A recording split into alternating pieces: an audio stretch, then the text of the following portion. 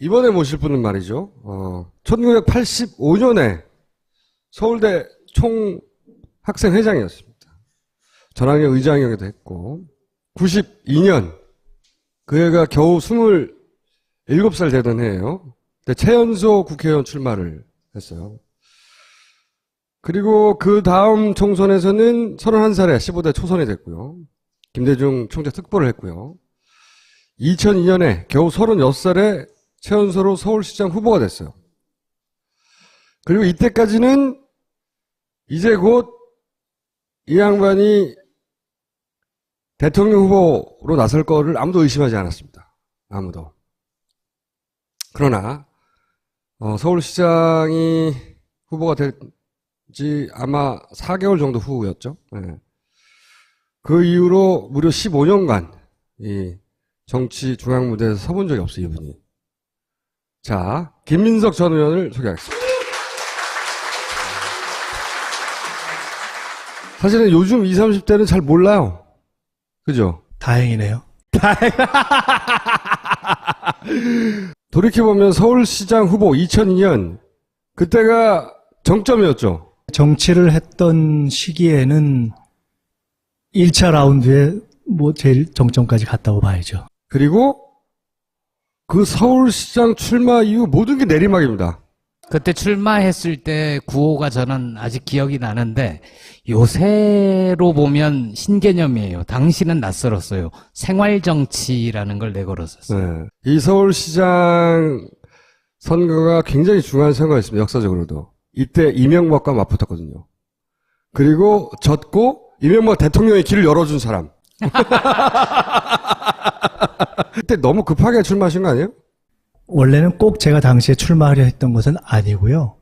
고건시장이 현 시장이었습니다. 여당에. 저희가 집권당 시절에 제가 후보가 됐기 때문에.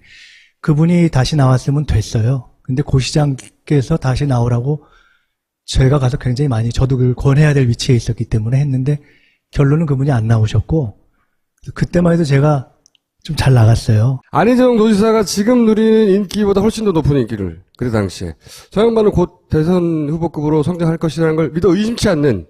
그래서 당시 이명박 후보를 상대할 그러니까 DJ 당시에 네. 총재 대통령이면서 총재였던 시절에 제가 총재 비서실장을 했는데 당의 후보로 아무도 여론조사에서 이기는 후보가 없고 저만 이겼어요. 여론조사상으로는. 여론조사상으로 그랬고 실제로도 선거 본선 마지막 사나흘 전까지 제가 이겼어요. 근데 막판에 그때 뭐 이런저런 그때 집권당 스캔들이 좀 있었죠. 왕창 무너졌죠. 뭐 그렇지 않았어도 막판에 제가 나이나 여러 가지 부족해서 전 질 가능성이 사실 높았다고 보는데 어쨌거나 그래서 자의 반 타의 반 나갔는데 결론적으로는 좀 급했죠. 사진을 잠깐 보여드리면 노무현 대통령하고 이렇게 찍은 사진들 많고요. 같이 청문회 스타를 떴어요. 노무현 대통령도 좋아했던 것으로 저는 들었고. 그러나 이 사건이 벌어집니다. 노무현 대통령이 후보가 됐어요. 엄청난 인기를 끌었습니다, 초반에. 근데 점점 인기가 떨어지는 거예요. 계속. 떨어지고 정몽준 후보 인기가 사실 여론조사에 더 높게 나타나기 시작했어요. 노무현 대통령의 지지율은 한 10%대까지 떨어지고 이 양반은 한 30%대까지 올라가고 그러면서 이제 일부에서는 대선 후보를 갈아야 된다. 이래가지고 진다. 뭐 이런 얘기도 나오기 시작하고 그런 이야기가 오가는 와중에 어느 날 서울시장 떨어진 후에 몇 달 후에 대선을 앞둔 얼마 전에 노무현 후보가 아니라 정몽준 후보의 캠프로 옮깁니다. 자리를. 저 때는 탈당을 하고 입당을 하셨던가요? 아니면 당적을 유지하고 캠프를 가셨던가요? 입당을 하지는 않았고요. 예. 원래 제가 그때 성명서에 후보 단일화를 하고 당에 돌아오겠다 이렇게 해서 실제로 단일화를 하고 이제 민주당으로 복당을 했고요. 예. 그래서 국민통합 20이라는 정당이 정몽준 씨에 의해서 만들어졌는데 당원이 된 것은 아니고 대선 캠프에 참여해서 후보 단일화 작업하고 선거 끝나고 이제 컴백했죠. 어쨌든 그 캠프에 갈 때의 명분은 이러했습니다. 단일화를 하지 않으면 진다. 그러니 단일화를 꼭 해야 되니까 누가 나서야 되는데 내가 총대를 메고 이쪽에 가서 단일화하는 카운터파트가 돼서 단일화 끝나고 나면 다시 민주당으로 돌아오겠다. 요게 그때 했던 워딩이고 기억나요. 그런데 이게 엄청난 충격인 거예요. 단일화를 하려고 하면 어쨌든 노무현 캠프에서 하면 되는 거지. 거기를 왜 갔어? 이때부터 김민석이 아니라 김민세라고 불리기 시작합니다. 그냥 김민세도 아니라 김민세 새끼. 새들이 저 때문에 손해를 많이 봤죠. 진짜.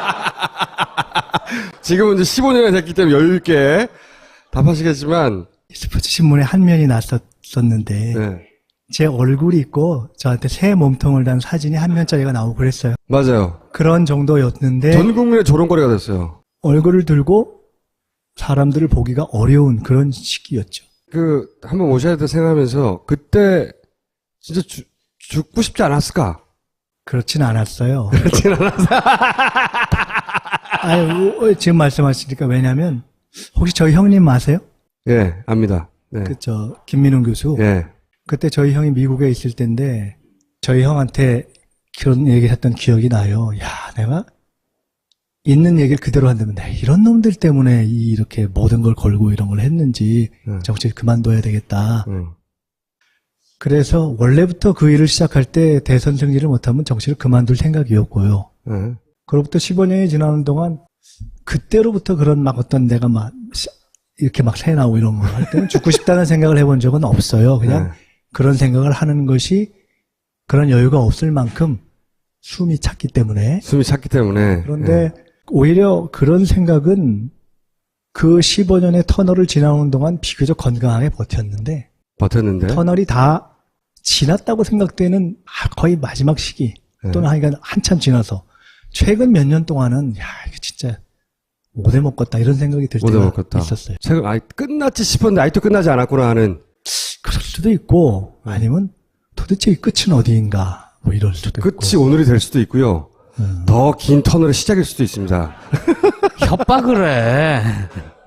민주당 정치인들한테 오래된 양반들, 예를 들어 정세균 의장처럼 선수가 높은, 그래서 김민석 전 의원을 직접 겪어봤던 분들 한테 뭐 다른 얘기 하다가 우연찮게 김민석 전 의원 얘기가 나오면 참 아깝다. 정세균, 정동영, 추미애, 신기남, 김한길, 천정배, 김민석 이 일곱이 DJ가 영입했던 15대 국회의원 동기입니다. 그냥 그 친구가 참 아깝다. 첫째, 뭐가 아까운지 한번 확인해보고 싶은 마음도 있는 거고. 또 하나는 우리 정치사를 보면 말이죠. 이렇게 거의 퇴출 지경에 내몰렸다가 다시 살아나는 정치인이 참 많이 있어요. 추미애 당 대표도 있잖아요. 이제 오랜 시간이 지나서 우리가 좋아하는 노회찬 의원 기억이 안 나실지 모르겠는데 혹은 심상정 다 단일화 안 했다고 죽어 다신 정치하지 마 이런 욕 많이 들었습니다. 그러나 4년이 지나고 5년이 지나고 6년이 지나고 7년이 지나고 다른 정치적 상황이 생기면 재기의 기회들이 온단 말이죠. 그럼 재기를 해내. 자기 능력을 가지고.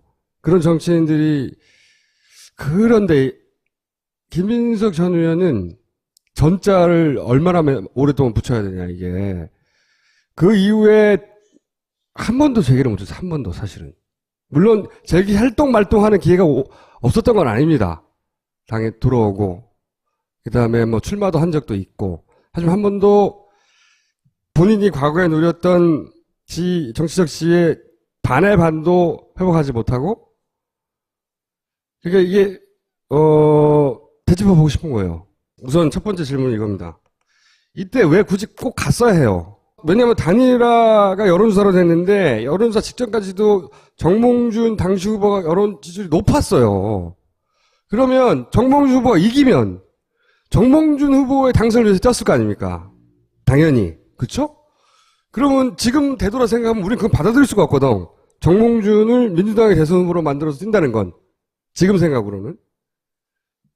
그러니까 왜 갔어야 했으며 그걸 또 후회하지는 않는지 지금에 와서는 그런 질문을 굉장히 솔직한 답변을 원합니다. 단일화를 위해서 갔다가 이때까지 들었던 이유의 전부인데 진짜 이유가 뭐였는지. 결론부터 먼저 말씀드리고 시작하는 게 나을 것 같아요. 왜냐하면 제가 설명을 시작하면 제 경험으로는 많은 분들이 그 설명을 듣지 않습니다. 맞아요. 지랄. 변명. 내지는 딱 이 반응이거든요. 욕을 합니다. 네. 그보다 더 중요한 건 우선 제가 죄송하다는 말씀을 드리고 싶어요. 제가 그 15년 동안 많이 죄송하다는 말씀을 해왔고 지금도 하고 있고 앞으로도 얼마든지 제게 요구한다면 할 이야기입니다. 특히나 저에 대해서 몰랐던 분들에게는 더 그렇게 이야기하고 싶어요.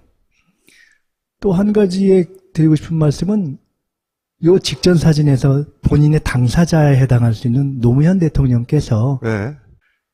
혹시 자서전을 꼼꼼히 읽어보시면 그 스토리에 대해서 쓰신 대목이 나옵니다. 네. 저도 그 대목을 따로 찾아봤어요. 네, 오시기 전에. 그랬더니 노 대통령이 그 당시 김민석이가 서울시장 후보도 했던 사실은 굉장히 친하고 가까운 사이였어요. 근데 그 정몽준 캠프에 갔다. 그 뒤에 워딩이 정확히 이렇습니다. 아마도 후보 단일화를 해야 이길 수 있다는 생각, 충정이었다고 표현을 그랬을 것이다. 그리고 그는 합리적 판단이었을 수도 있다. 그렇게 쓰고 그러나 그것은 김민석 본인에게는 참 어려운 결과를 가졌다. 딱 이렇게 쓰셨고 네. 2008년에 제가 아까 말씀하신 정세균 대표가 대표고 제가 최고위원이 지금 나갔던 안희정 저 송영길이 함께 최고위원이 됐을 때 봉화를 가서 대통령을 뵀어요. 봉화에 가서. 봉화에. 그랬더니 노 대통령께서 사실은 저도 그분에게 서운한 것이 있었고 그분도 저에게 서운한 것이 있기 때문에 제가 죄송한 역사가 있습니다. 라고 말씀드렸더니 대의원의 선택으로 다 정리가 되었다. 이렇게 말씀하신 것이 있습니다. 그러니까 대의원이 최고위원으로 선택했기 때문에 그것은 정치적으로 일단락된 얘기다 하고 얘기를 했거든요. 그런데 이제 노무현 대통령이. 그럼에도 불구하고 그런 정리가 있었다고 다 없어지는 것이 아니라 저는 여전히 제가 갖고 있는 죄송함 그리고 그걸 떠나서 제가 지금이라면 나는 저렇게 안 했을 거다라고 생각을 해요. 지금이라면. 오류가 있었기 때문에 네. 그리고 오류를 떠나서 15년 동안 이렇게 될 줄 알았으면 전 절대로 안 합니다. 아니 그것은 정치를 안 할 생각을 했지만 네. 제 인생이 이렇게까지 네. 특히 어떤 점이 후회스럽습니까? 지금 되돌아보면. 제가 너무 일 중심으로 생각한 거예요. 일 중심으로 생각했다. 네. 그리고 좀 죄송한 말씀이지만 내가 그것을 한다는 것의 의미가 어떤 의미가 있는지에 대해서 깊이 생각하지 않았어요. 아까 우리 총수님이 말씀하신 설명, 당시 설명의 몇 가지는 틀립니다. 그래요? 네, 노무현 대통령이 당선되고 나서 서서히 지지도가 떨어지지 않았습니다. 바로 떨어졌습니다. YS 시계 사건으로. 후보 되고 난 되자마자. 직후에. 후보가 될 때 죄송한 말씀이지만 노무현 대통령을 후보로 만들었던 국민 경선을 제가 직접 책임지고 디자인한 사람입니다. 그 국민 경선이 아니었으면 후보가 되기 어려웠다고 생각합니다. 제가 한 것은 아니지만 현실이 그렇습니다. 그런데 지지도가 떨어졌습니다. 다른 누구도 지지도가 떨어질 행동을 하라고 말씀드리지 않았는데 첫째는 YS 시계 사건, 마치 전두환 방문 사건과 같은 그런 것이 떨어졌고 그 뒤에 그 지지도 회복을 위해서 지방선거와 보선에서 지면 후보를 그만두겠다는 말씀을 아무도 요구하지 않았는데 본인이 하셨고 성격이 그렇죠. 그것이 당내에 엄청난 혼란을 가져왔어요. 첫째, 지지도가 그렇게 떨어진 겁니다.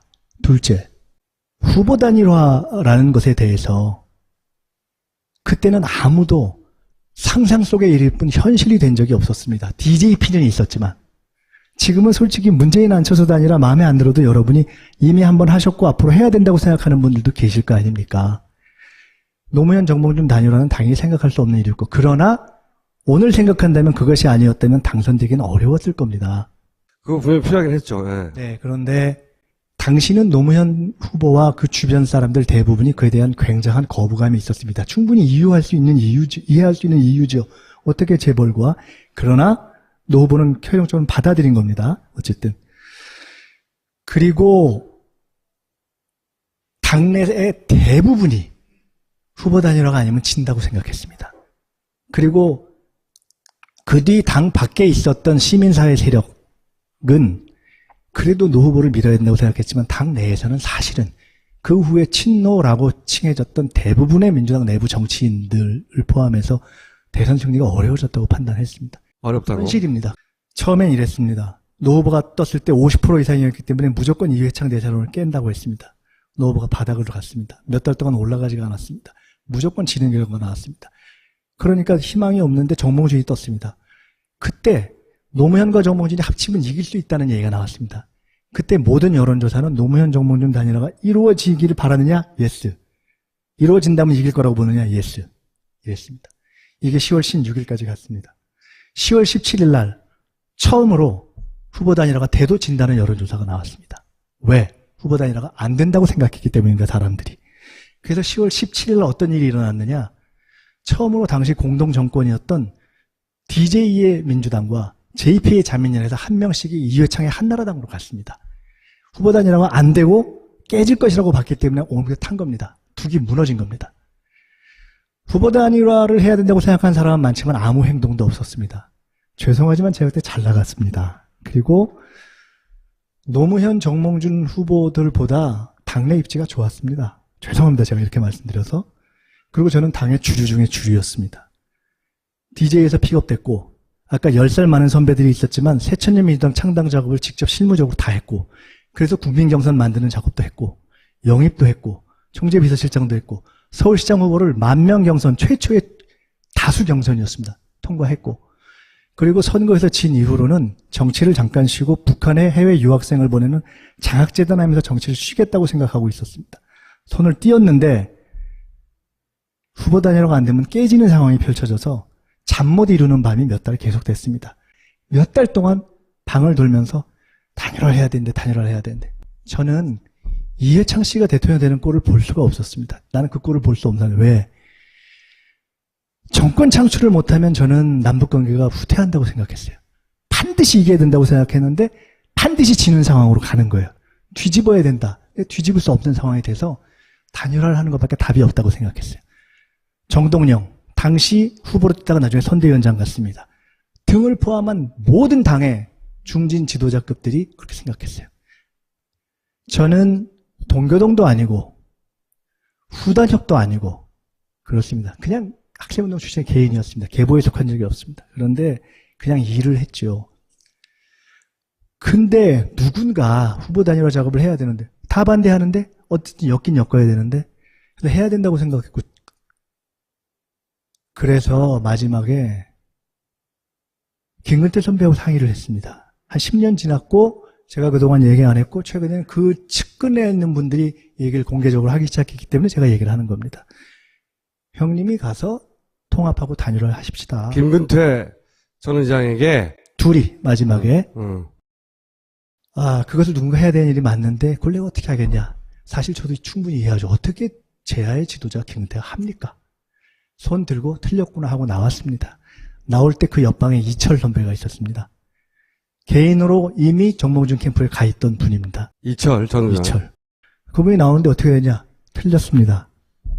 그리고 나오는데 전화가 왔어요. 너라도 와서 해다오. 나 사실 황당했어요.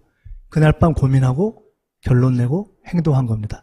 그 다음날 아침에 원래 이번에 민주당을 만들어서 첫 대표를 했던 저와 오랜 동지인 강신성이라는 새천년 민주당 창당 발기인이었던 분과 베트남을 가기로 돼 있었는데 하루아침에 모든 약속을 깨고 하룻밤에 결정한 겁니다. 정몽준과 대화했느냐? 없습니다. 전 정몽준 의원과 그 전에 만난 적이 한두 번밖에 되지 않아요. 그 일을 할 때도 대화하지 않았습니다. 왜?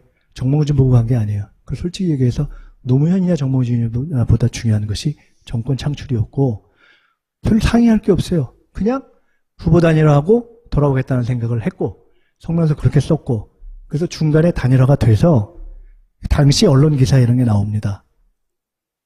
한겨레도 나왔을 거예요. 제가 거봐 된다고 했잖아. 됐습니다. 그럼 그때 돌아오시지. 됐는데 후보 단일화 합의를 성공했죠. 마무리 실무 작업까지 해야 되죠. 네. 제가 처음에 이거는 해도 욕 평생 먹을 일이라고 생각했어요. 그리고 특히나 노 대통령을 좋아하는 분들한테는 결과가 잘 돼도 이건 척질이라고 생각했어요. 근데 뭐 그런 어떤 무슨 제가 훌륭한 어떤 지사적인 이런 건 아니고 그냥 정치공학적인 생각을 한 겁니다. 상당히. 그래서 제가 제일 후회하는 부분도 그 부분이고요. 그런데 그렇지만 그렇게 해서 결과가 좋고 나면 비교적 제가 정치를 하면서 일을 맡으면 일은 실패해 본 적이 별로 없습니다. 제가. 그래서 일은 했구나라는 평가 속에 서서히 회복될 수 있을 거라고 생각했습니다. 그런데 세상 일은 알 수가 없는 것이어서 아무도 예상 못한 지지철회라는 대파동이 일어났고 그 혼란 속에서 이게 떠밀려 가게 된 건데 왜 안 돌아왔느냐? 당시 노 후보의 협상, 원래 1차 협상을 이철, 이해찬이 했다가 실패했습니다. 이철이 정몽준 대표, 이해찬이 민주당 대표. 2차 협상을 노무현 쪽 신계룡과 당시 정몽준 쪽 제가 했습니다. 저는 사실은 별로 관심이 없던 정몽준 후보를 설득해서 여론조사 단일화를 받으십시오라는 설득에 성공한 것으로 제 임무가 끝났다고 생각했던 사람이에요. 협상에 나갈 생각이 없었어요. 왜? 쪽팔리잖아요. 내가 당에 있었는데 나와서 식구들 상대로 한다는 게 괴롭잖아요. 그것 때문에 단일화로 끝난 게 아니라 정몽준의 당선을 위해서 단일화 협상에 나서서 아니요, 정몽준이 했던 사람으로 기억하는 거죠. 그렇죠. 아니, 저는 그것까진 감수합니다. 왜? 단일화를 하기 위해서 그 캠프에 간 이상, 예를 들어 이철 의원이 나중에 그런 얘기를 했습니다. 나는 사실은 정몽준 후보 캠프 협상 대표를 했지만 나는 노무현의 당선을 기대했다. 죄송한 말씀이지만 저는 그거는 참 옳지 않은 이야기라고 생각하는 사람입니다. 그때 그렇게 했으면 그쪽을 위해서 하거나 아니면 적어도 인간적으로는 그것은 거짓입니다. 그렇게 생각해요. 저의 존경하는 선배지만 해서 노무현이 될 수도 있고 정몽준이 될 수도 있고 둘 중에 정확하게 둘 중에 누가 돼도 된다고 생각했던 사람입니다. 그때는. 네. 그럼요. 그리고 그때의 정몽준은 지금의 정몽준과 달랐습니다. 아버지 정주영이 소떼를 몰고 갔고 본인도 무소속이었고 어쩌면 지금 안철수 정도보다 더 진보적인 얘기를 좀 했고 더 정확하게는 그의 지지층이 현재의 안철수 지지층과 정확히 겹치는 그거 층이었습니다. 맞아요. 지금 생각해보면. 노무현이 이기면 베스트. 하지만 정몽준이 이기더라도 이회창이 되는 것보다 내가 참을 수 있다고 생각한 겁니다. 그래서 정몽준이 됐어도 저는 뛰었을 겁니다. 그리고 인간적으로 내가 그 사람을 설득해서 여론조사 단일화까지 들어왔기 때문에 나는 그에 대한 미안함이 있습니다. 그런데 제가 그때 협상에 임했던 자세는 누구를 위하는 것이 아니고요. 터프한 협상으로 누구도 받기 어려운 협상, 누구도 승리를 예측하기 어려운 협상을 하지 않으면 이건 성공하지 못한다고 생각했습니다. 절대 어느 쪽이 유리하다고 생각했던 협상은 이길 수가 없기 때문에 그렇게 했고 결국은 됐는데 실제로는요, 아시지만 제가 2000년 총선 때 새천년민주당의 총선 여론조사를 제가 실무 책임을 해봤고 2002년 후보 단일화 여론조사를 해본 사람인데 전 여론조사에 의한 후보 결정이나 단일화의 폐해를 너무 잘 아는 사람입니다. 그에 대한 정치의 문제점을 너무 뼈저리게 느끼는 사람이어서 반드시 여론조사에 의한 후보 결정은 앞으로 없어져야 된다고 생각하는 사람이에요. 왜? 여론조사는 처음부터 틀릴 걸 전제하고 시작하는 거잖아요. 정확한 여론조사에 답이 나와도 5% 틀릴 수 있다. 이러고 가는 거잖아요. 오차범위가 있으니까. 그때 노무현 정몽준 여론조사 합의를 할 때 양쪽을 이렇게 꼬셨습니다. 100% 정확하게 답이 나옵니다. 그리고 실수는 검증할 수 있습니다. 양쪽을 설득했어요. 근데 그건 되지 않는 얘기예요. 신계륜과 제가 그렇게 설득하고 양쪽 합의를 해서 어렵게 자서전을 보면 노 대통령도 싫다고 했다가 정몽준이 돼도 좋다고 하면서 제가 며칠 전에 김원규 의장을 뵀는데 한강 다리에서 차를 세우고 받읍시다 이랬다는 거거든요. 저도 좋다. 노 대통령이 받았고 정몽준도 받은 거예요. 그리고 정몽준이 지지 처리하기 전까지는 나름 쌈박하게 깨끗하게 했어요. 지면 손떡에 들어주고 문재인 안철수 단일화 때 안철수보다 잘했습니다. 실제로 맞아요. 마지막 그것도 지지 처리 맞아요. 때까지 네. 뛰어줬어요. 네. 마지막에 김원국 씨하고 이렇게 어쩌고저쩌고 그것 해가지고. 때문에 벨인 거예요. 그것 때문에 여러 벨인 거예요. 네. 특히 제가 세대인 거예요. 근데 대통령이라는 국가 권력을 여론조사로 결정하는 최초의 실험이에요. 그거를 해야 되는데 우리가 어떻게 했겠어요? 여론조사 1등부터 100등까지 넣고 신계림과 제가 앉아서 하나씩 찍고 전화를 한 겁니다. 갤럽 전화했는데 못하겠습니다. 2등 못하겠습니다. 10등까지 아무도 안 하는 거예요. 왜? 무섭잖아요. 그 책임을 어떻게 져? 그래서 30위권 이하에서 셋이 나온 겁니다. 여론조사 기간 중에 안 하지요, 당연히. 30위권 밑에서 3개가 나왔어요? 2개를 해서 2개를 합산으로 하기로 했던 걸로 기억을 해요. 그런데 여론조사를 합의를 했지만 실제로 실행하는 날 마지막 날입니다. 그 날짜도 우리가 조절했습니다. 언제로 했냐? 후보 등록 전날 하기로 했습니다. 왜? 그때까지 끌고 가야 드라마를 만든다. 나름 생각한 거예요. 내일 후보 등록인데 오늘 결정해서 후보 단일화 딱 되면 오늘 그 사람을 여론조사 용에서 후보 기표용지에서 뺀다. 이게 우리의 작전이었습니다. 후보 단일화에서 정몽준이 지지처를 했지만 어쨌든 단일화의 합의에서 이름이 빠졌기 때문에 그래도 그 표가 4표가 안 된 거거든요. 맞아요. 그것도. 그런데 어떻게 됐느냐? 막판에 양쪽 캠프에서 뒤집으라는 거예요. 왜? 막판이 되니까 다 자신 없고 아무도 책임을 안 지려는 거예요. 당연하잖아요. 그리고 여론조사 기관들을 해보니까 우리는 검증할 수 있다고 양 후보를 설득했는데 검증은 불가능한 거예요. 당연하죠. 지금도 못해요. 근데 우리는 구라는 풀어놨어요. 죽겠는 거예요. 어떻게 해요? 그래서 제가 신기한 거 제가 형이라고 하니까 형님 누가 되면 뭔 상관이 있습니까? 들어갑시다. 누가 되든 정몽준이든 이겨야 되는 거 아닙니까?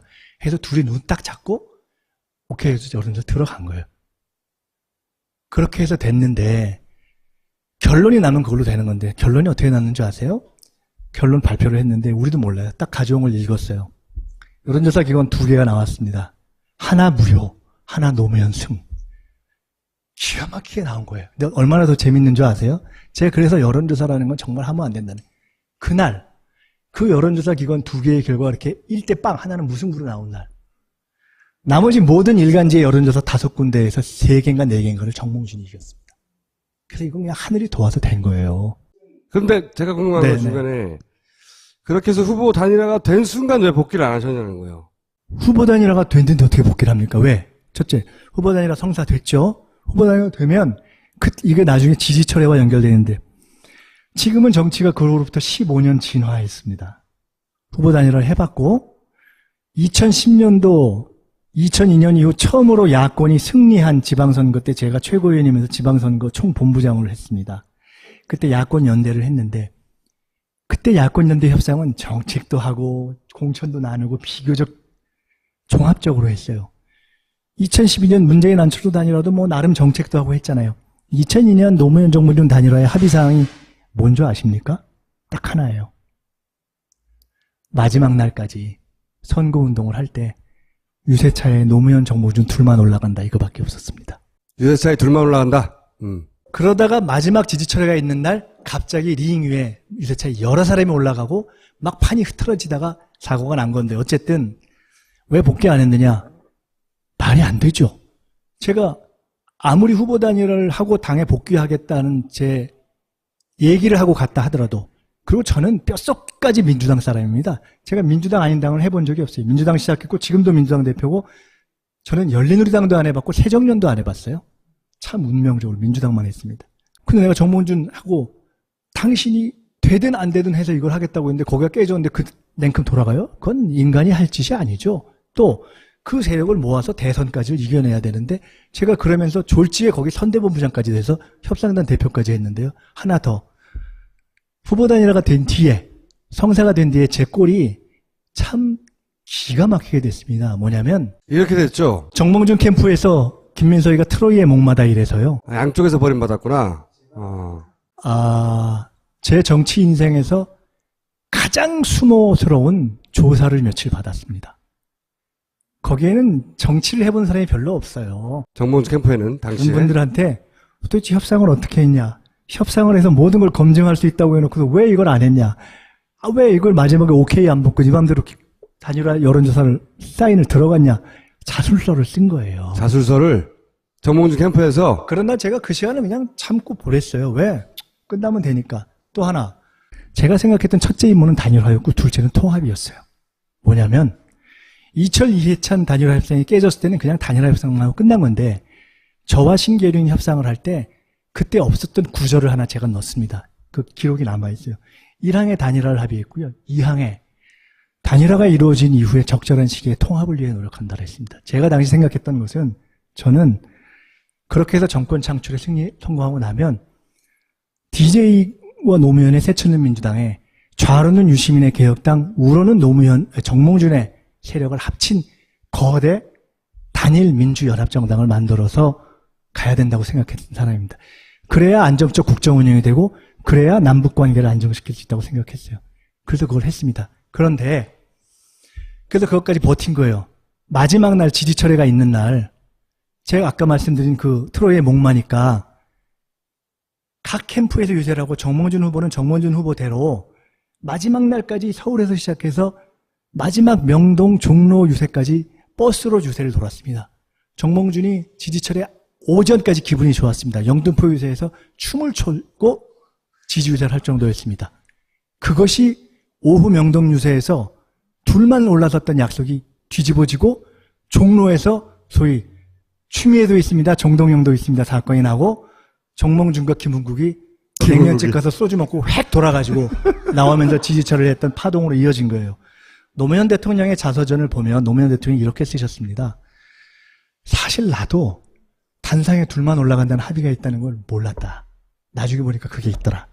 그의 기분이 나빴을 수 있겠다. 사실 저는 잘못된다고 생각하는 사람입니다. 왜? 그 중요한 합의를 몰랐다면 사실 그건 책임이 있고, 보고 안 했다면 보고 라인에 문제가 있다고 생각합니다. 사실 그래서 그 지지철회 과정을 제가 다 지켜봤기 때문에 그 과정에 대한 트라우마가 굉장히 컸던 사람입니다. 다 알아. 어떻게들 움직였는지. 심지어 지지철회 이후에 민주당의 주요 정치인들이 모조리 쥐구멍에 가서 숨어서 대선은 끝났다고 숨었던 것까지 압니다. 그런데 10년이 지난 후에 서가번 의원하고, 여기 우리 김보혁 기자 계신데 성한영 선배하고 네. 우연히 밥을 먹다가 작년인가 제가 그때의 전말을 드디어 알았어요. 서가번 의원이 저한테 자기가 진짜 미안해서 얘기를 못했다고 하면서 자기가 그때 수행팀장이었다는 거예요. 네. 둘이 올라간다는 합의를 몰랐다는 거예요. 그때 모를 수 있을 것 같더라고. 그리고 아무도 그것이 중요하다고 생각하지 않았을 수 있어요. 그리고 사실 합의가 있었다 손 치더라도 마지막 날 기분 좋아서 올라가면 정몽준 씨도 그걸 갖고 지지철회를 할 정도로 획 도는 건 사실 잘못이죠. 기분이 나쁠 수도 있어. 그것도 이해해. 근데 그냥 그럴 수도 있잖아요. 그리고 그냥 악의가 아닐 수 있잖아요. 근데 서가본의 이야기인 즉슨 분위기 보니까 다 끝났고 옆에 보니까 추미애랑 정동영 이렇게 있는데 야 고생하는데 단상도 한번 못하네 좀 짠해가지고 제가 올라가라 그랬다는 거예요. 자기가? 그런데 자기가 나중에 보니까 이게 그런 문제가 있어서 사고가 났는데 나한테 미안해서 10년 동안 얘기를 안 했다는 거예요. 10년 동안 얘기를 안 했다고? 그 자기가 듣고 올라가라고 했는데. 야, 서가본 진짜 너 죽겠다 내가 너 때문에 제가 그랬는데 그럴 수 있잖아요. 어쨌든 그런 해프닝이었는데 어쨌든 그것이 정몽준을 돌게 한 겁니다. 그러나 그것 때문에 돌면 안 되는 거죠. 그때 돌아와서 아직도 안 돌아왔어요. 나는 사실 정몽준 씨한테 그때 조금 미안했어요. 왜냐하면 사실 대통령 하겠다고 죽어라 뛰던 사람이 생짜 갑자기 여론조사로 단일화 해가지고 그걸 오케이 한 다음에 띄워주기가 쉽지 않습니다. 문재인 안철수 단일화 때 보셨잖아요. 쉽지 않아요. 나름 한 거예요. 그러니까 내가 좀 미안하다. 처음으로 제가 진심으로 단일화 여론조사 결과가 나와서 정몽준 씨가 깨진 다음에 그 강남이었는데 내가 이렇게 가다가 제가 이렇게 근처에 있는 성당에서 잠깐 들어가서 그냥 있길래 기도를 했어요. 그러면서 이번 하여간 대선이 잘 끝났으면 좋겠다. 그리고 내가 정몽준한테 좀 미안해서 야, 이거 좋은 기회가 있으면 좀 도와줘야 되겠다. 처음으로 그 생각을 한 거예요, 사실은. 그 전까지는 그때는 그냥 일로 생각했어요. 일로 생각했고 네. 인간적으로 도와줄 마음이 전혀 그러니까 인간적인 없다가 마음은 별로 없는 그냥 이렇게 일관계 속에서 한 거지. 근데 그랬었는데요. 그런데 지지철회 해가지고 제가 완전 세된 다음에 이제 그런 생각 저는 없어요. 근데 그분이 그래서 그게 열받았다는 거잖아요. 그게 종로에 있는 어떤 유명한 냉면집인데 제가 아까 그 통합 얘기를 왜 했냐면 버스를 타고 돌아다닐 때 정몽준 캠프의 모든 사람 속에서 나는 완전히 아웃사이더야. 정몽준 캠프 내에서 그렇잖아요. 네. 그리고 그분들은 풀을 목마니까 해피해. 왜? 후보 단일화 여론조사를 한다고 합의가 된 날부터 실제로 그러니까 실제 한 게 아니고 합의를 한 날부터 대선하는 날까지요. 후보 단일화가 된 노무현이든 정몽준이든 단일 후보 대 이회창의 여론조사가 한 번도 단일화 후보가 진 적이 없습니다. 무서운 겁니다. 그 위력으로 이긴 겁니다. 그래서 정몽준 캠프도 후보는 안 됐지만 속으로 내가 어차피 혼자 되긴 어려우지 이렇게 생각했을 수도 있잖아요. 그래서 해피했던 거예요. 그리고 기왕 그렇게 됐는데 이기는 게 낫잖아요. 후보도 안 됐는데 지는 것보다. 그래서 되면 그리고 기분이 뭐 나쁠 거 없잖아요. 기분이 좋았던 거예요. 그리고 그쪽 분들은 아마 잘하면 국물도 좀 생기겠다는 생각 했을 거예요. 나는 이쪽 국물도 없고 저쪽 국물도 없는 거예요. 완전히. 그때도 그래서 대선이 끝나면 저는 사실 외국 가려고 그랬어요. 원래. 근데 그때 또 한겨레네. 한겨레 출신의 국회의원이었던 김성호 의원이라고 있어요. 네. 그분과 저희가 그때 영입했던 허운나 의원이라는 분이 민주당 쪽 파견자로 정몽준 캠프 유세팀에 지원을 왔어요. 버스를 탔는데 정몽준 제일 앞에, 저는 제일 뒤에 앉아 있었어요. 그게 마음이 편해. 다들 눈초리가 안 좋으니까. 앉아 있는데 김성호 의원이 탔길래 내가 뒤로 불러서 김성호 의원한테 야, 지금 내가 뭔 얘기를 하면 콧등으로도 안 듣는다. 그러니 정몽준 후보한테 이렇게 얘기해 줬으면 좋겠다. 지금 대선이 이기는데 이긴 다음에 이거 달라 저거 달라 쓸데없는 소리다. 그 뭔 소용이 있냐. 아무짝에 쓸모가 없다. 그런 거 한다고 해서 당신이 앞으로 좋을 게 뭐 있냐. 딱 하나 통합하자 그래라. 어차피 합의한 거고 통합을 하면 첫째, 일단 우리 정권이 안정이 되고 저는 원래 그것이 목표였기 때문에 그리고 좌우의 유시민과 정부 이런 거 되는 안정적인 정당이 생기고 또 하나는 정몽준 입장에 생각해보면 이런 거예요. 노 대통령은 대통령 되잖아요. 지원 유세 못 하잖아요. 정몽준이 통합되면 다음 총선 때 어떻게 하겠어요? 정몽준 보고 유세 지원해달라고 난릴 거 아니에요. 그러면 돌아다니면 자기는 그 다음 노려볼 수 있는 거예요. 그것이 좋지. 괜히 딴 생각하지 말아라 라는 얘기를 하고 그러면 우리 의원들이 많이 좋아할 겁니다 라는 얘기를 하시오 라고 해서 김성호 의원이 가서 정몽준 옆자리에 가서 했어요. 하고 돌아왔어요. 저한테. 뭐라 그러더냐. 좋아하더라는 거예요. 그래서 사실은 저는 그렇게 끝나고 나면 통합이 된다고 뭐 봤습니다. 김은국 씨만 아니었으면 정몽준 민주당으로 지금 계속 큰일 하셨네, 김은국 씨. 그럴 수 있었죠. 그랬던 거예요. 그런데 그 마지막 날 올라가서 명동유세 때 처음으로 둘이 아닌 여럿이 올라간 겁니다. 원어브댐으로 정몽준이 딱 있는데 노 대통령이 저는 처음으로 사실요. 제가 그때는요. 그 전에는 어디 가면 제가 유세장을 돌아다닐 수 없을 정도로 인기가 있었어요. 조금. 근데 그때는 유세장 근처에 가기가 어려울 만큼 눈초리가 무서웠어요. 그렇잖아요. 쪽팔리기도 하고 불편하기도 하고 굳이 갈 이유도 없고. 그래서 구경은 하고 싶은데 선거 기간 내내 사람 있는 근처를 안 갔습니다. 그냥 협상하고 꼭 필요한 일만 하고. 근데 마지막이니까 한 번은 구경하고 싶다고 해서 제가 처음으로 명동유세 구경을 간 거예요. 인파 속에 들어갔는데 멀리서 보니까 그동안 멀리서 보던 장면과 다른 장면이 있는 거예요. 뭐냐? 탄상에 여럿이 있어. 좀 이상하다 생각을 한 거예요. 그때 노 후보께서 갑자기 정몽준을 바라보면서 뭐 이런 말을 말씀하시다. 근데 우리 정몽준 후보 내가 이것도 하고 저것도 하고 그리고 재벌개혁 도와주실 거죠? 이러니까 얼마나 뻥 찍었어요. 사실 그렇잖아요. 재벌개혁 하긴 해야죠. 근데 그걸 굳이 정몽준한테 물어볼 이유는 사실 없잖아요. 정몽준으로서는 여럿이 올라간 것도 김새인데 이거 뭐지? 생각할 수 있잖아요. 역지사지 해보세요. 그럴 수 있잖아요. 분위기가 이상하다고 생각했어요. 그 내가 그냥 순간적으로 이대로 가면 사고가 날 수 있겠다 생각이 돼서 다음번에 종로 유세를 가서 혹시 사고가 생길 것 같으면 뭔가 카바를 해야지라고 생각하고 종로 유세를 갔어요. 그때 아까 서가본 등의 영웅적인 행동으로 단섬 위에 쫙 올라가고 그리고 정몽준 지지자들이 정몽준 하니까 노 대통령이 추미애도 있습니다. 정동현도 있습니다. 그러니까 참 추미애 대표와 정동현 저와 인연 참 재밌는 거예요. 그런 얘기를 이렇게 자세히 아직도 못 해봤어요. 추 대표하고. 그런데 그러고 나서 정몽준 꼭지가 돌았다고 저는 추측해요.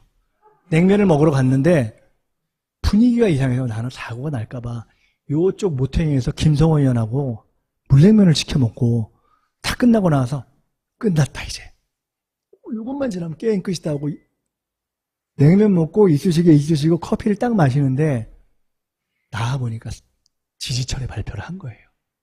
정몽준의 지시로 아무도 모르는데 당시 김행 대변인이 발표를 한 거예요. 황당하더라고요.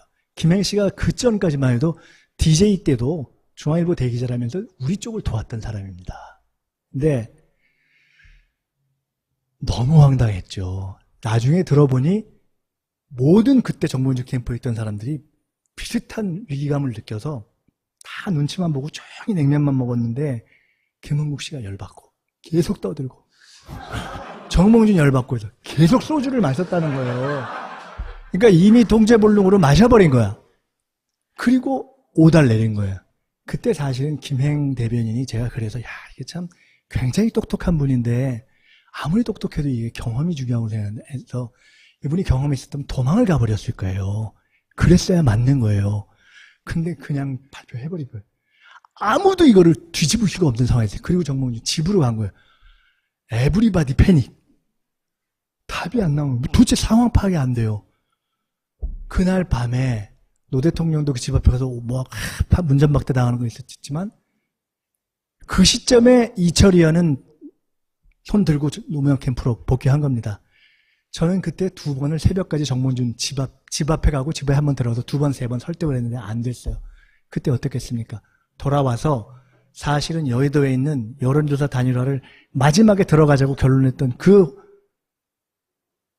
사우나에서 목욕 딱 한 다음에 같이 고생했던 사람도 술 먹고 끝났구나. 정치 그만둬야 되겠다.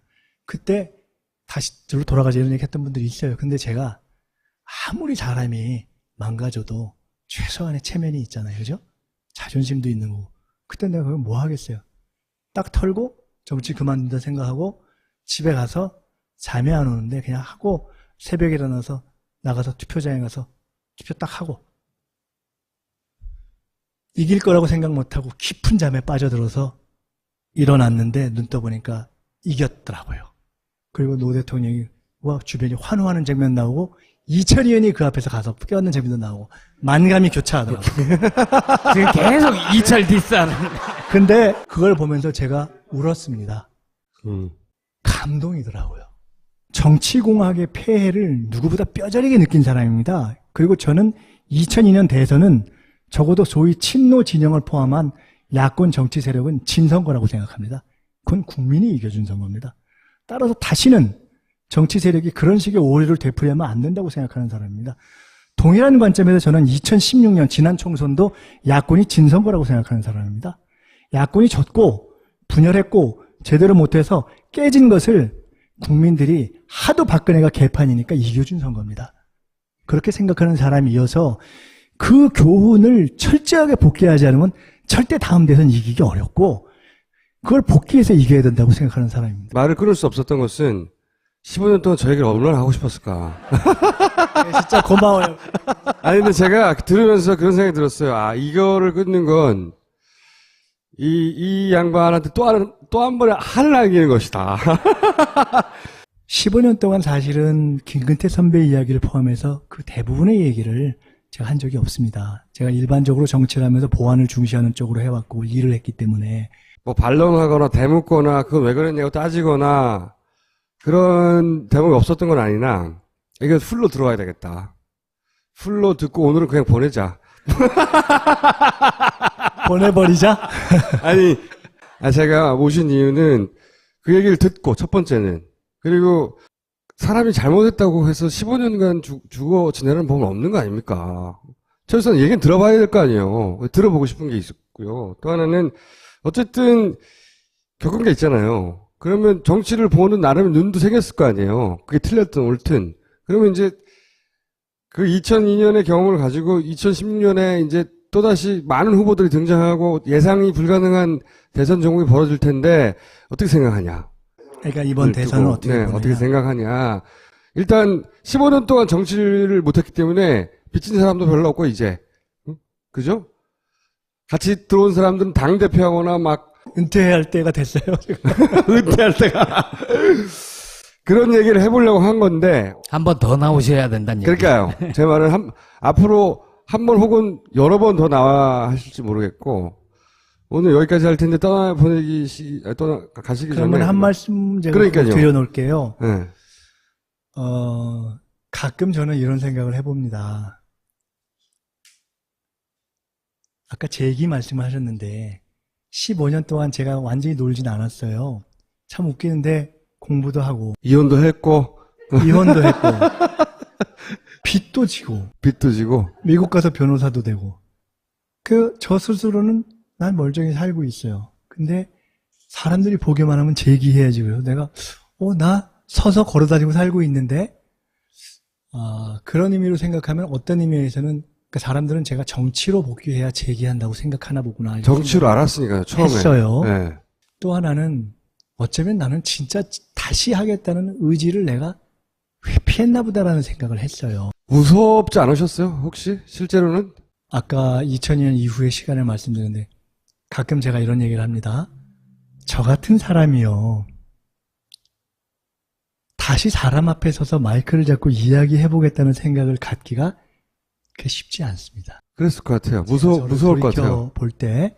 근데 제가 이제는 그렇게 해야 되겠다고 생각을 한 것이고 또 결과가 어찌 나오든 아주 중요한 차이인데 2002년도에는 나는 일만 하면 되지. 설마 사람들이 내 뜻을 몰라줄까? 아주 오만하게 생각했던 거예요. 너무 저도 잘 나가서. 듣다가 그 당시의 판단들은 대부분 건방졌다. 이런 생각 아무 들어서. 언론도 인터뷰를 제가 당시에 거의 안 했어요. 그 참 웃기는 거죠. 왜냐하면 저는 그냥 일만 하면 된다고 생각을 했어요. 근데 이번에는 제가 얼마 전에 추미애 대표하고 끌어안고 막 통합하고 이런 것도 했잖아요. 근데 적극적으로 설명도 하고 앞으로 기회를 있을 때마다 설명을 하려 합니다. 그리고 저는 다시 정치를 해야 되겠다는 생각을 굳혔습니다. 그래서 오늘 이 자리에 서 있는 거죠. 그리고 그 정치는 과거에 제가 생각했던 정치와 많이 다릅니다. 가끔 제가 저를 돌이켜 볼 때 소위 얘기하는 86세대에 비교적 제일 잘 나갔던, 제일 먼저 국회의원 했고, 제일 먼저 국회에서 30대지만 6년 내내 국회의원으로 1등을 했고, 맞아요. 40대 전에 어쨌든 헌법상 보장하는 최고의 선거인 서울시장 후보에 나가봤고, DJ한테 이쁨도 받았고, 여러분들이 비교적 평가도 했던 그런 경험이 있지 않습니까? 근데, 그리고 바닥을 기었고, 아마 보통 사람들이 알고 있는 정치적인 바닥보다는 훨씬 더 많은 바닥을 제가 기었을 겁니다. 근데 그렇지만 해피하게 살았죠. 먹고 살았으니까 그냥 건강하게 살아있고. 근데 제가 저 스스로를 보면서 내가 훌륭한 정치인이 될지는 모르겠으나 김민석의 경험에 들을 얘기는 있을 것이다라는 생각을 제가 가끔 합니다. 왜냐하면 이걸 잘 정리해야 되는, 제가 비교적 여러 가지 경험을 했기 때문에 그런 경험을 통해서 소위 얘기하는 업앤다운의 경험을 해봤고, 부침의 경험을 했고, 또 하나는 제가 비교적 1995년 이후 우리 진영의 선거에서 큰 선거를 다 껴봤습니다.